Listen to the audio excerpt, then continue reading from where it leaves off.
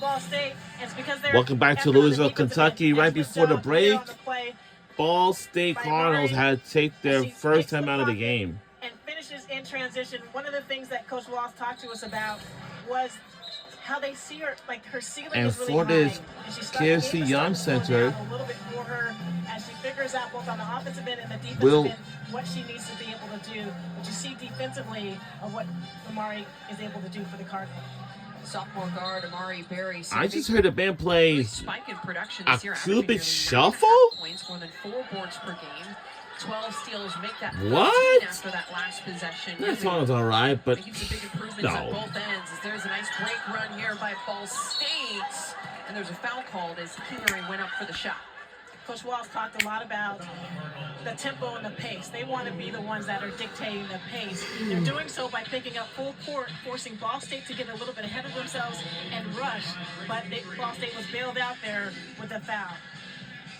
Coach Walls with some words for Berry.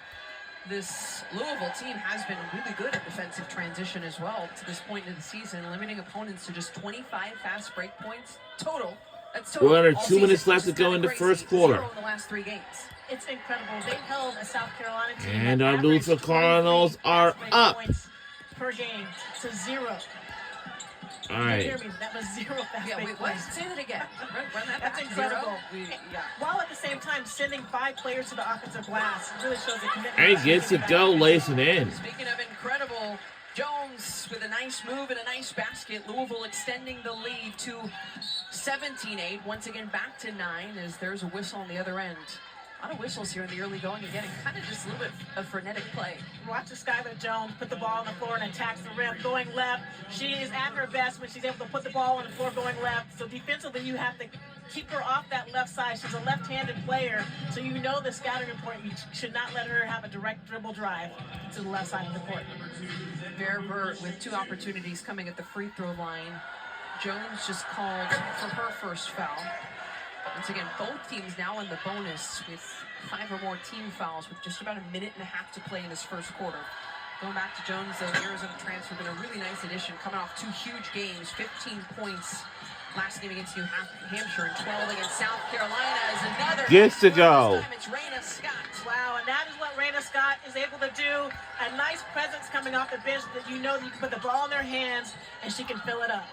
Scott's so efficient too, more than 49% from the floor, and you can see why with that speed and ability to get to the cup is there's a foul called on the floor and Scott's involved in a collision. Nice job by Berry kicking the ball ahead, and this is just phenomenal. The nice strong rip through move over Verber on that play and finishing up. And we talked a lot about Raina Scott. She started earlier on in the season and was playing well, but just playing with so much more confidence coming off the bench. And you're not sure if it's just because she's able to relax and watch what's happening on the floor as it's unfolding and able to ease into the game, or she just has more confidence with this second lineup.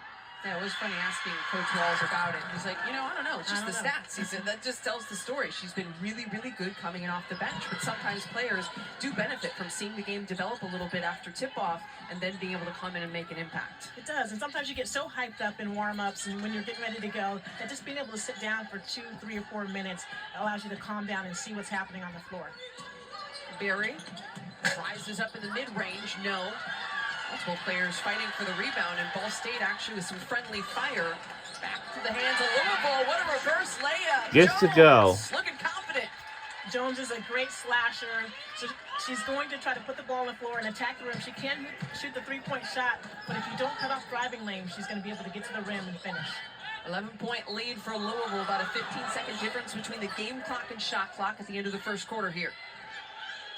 Bear Burks puts it on the deck, left hand, no. Towers, yes! Nice job trailing the play by Towers, sticking with it. Shot clock off now. Louisville trying to hold the shot clock turned off. It does not matter at all, but we're taking a 9-point lead. Around the screen. Scott to Jones.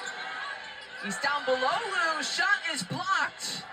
And takes it away just all right, so that goes for the first quarter. Quarter number 2 is up next. For the Louisville Cardinals.